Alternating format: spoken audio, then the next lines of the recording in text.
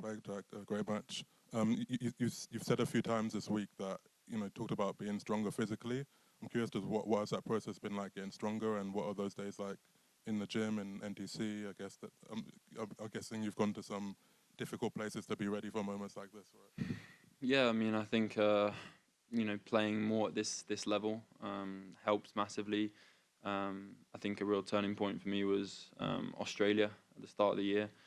I got injured and I wasn't really ready to go there and play, but to come through 3 5-set matches on the trot, that gave me massive physical and mental belief that I could really push myself to places I've never been before. And then I kind of went from thinking that I was weak and like I wasn't going to be able to carry on to then feeling, wow, I'm actually pretty strong. So I went back, and whenever I do gym stuff now, I really, whether it's on the Versa climber or watt bike or running, I really try and push myself, because I know that I'm going to have moments like today where the match gets really physical, and if I've done all that work and I know I've done it, then I feel like I'm well prepared and I can push myself to the place I need to go.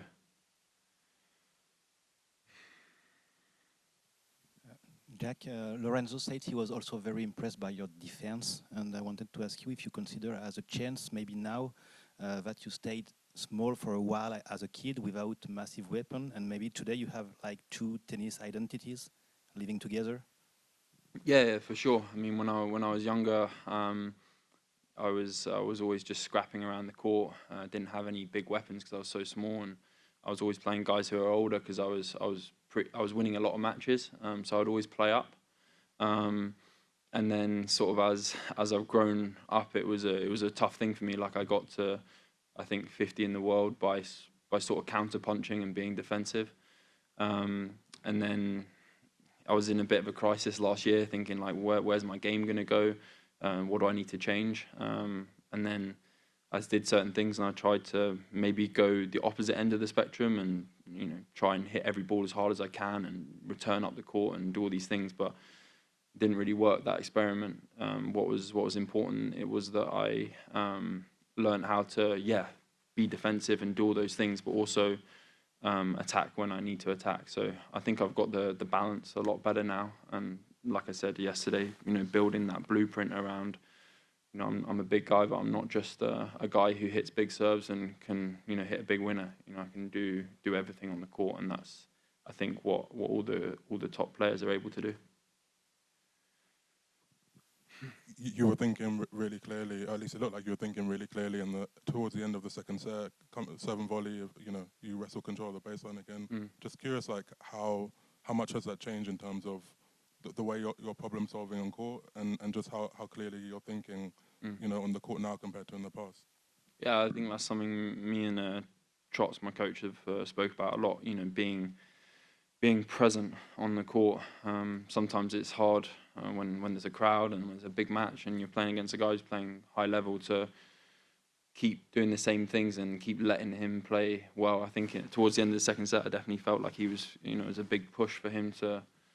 He started to play well, hit a lot of winners and stuff, and like you said, I wrestled control pretty well through good serve and volleys. I think I started serving really well and just learn what makes him uncomfortable in that moment, and not letting him dictate me. So I think just that's something I was really happy with today. I think I problem solved really well, like you said. Jack, congrats. We heard you talk post-match about having your mum here this week. How tough is it to have these breakthroughs throughout the year where your family's maybe not there, and then to have nights like tonight that are so special? Yeah, no, it's good. I mean, obviously I'm away from family a lot. I get to see my brother because he works within the tennis industry. But yeah, my mum usually back home with the dog, happy doing that. The last few times she's come to watch me play, I think French Open last year, first round, had a shocker, and then Monte Carlo this year, was really poor in my second round. Seems like every match she's come to, I've been terrible. So I was thinking, when she said I'm going to come yesterday, I was like, I'm not sure if you should come. But no, she ended up coming, and glad she did, because tonight was a really good performance. And maybe her luck's changed when she comes to watch me play. So we'll see. So on Tennis Channel in an interview, you said that one of your superstitions is cold showers. Can you explain like how that started and yeah, why you put yourself through that?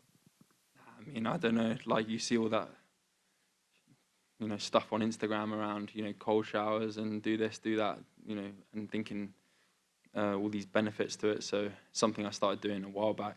Just I don't know, trying to look after myself the best I can. I think there's some scientific benefits. I think like helps with the anxiety or something. If you learn to do it. I don't know. Maybe you should try it. Yes. Yeah. I mean, I wouldn't attribute my sort of improvements down to cold showers though. To be honest. Thanks, guys. Thanks.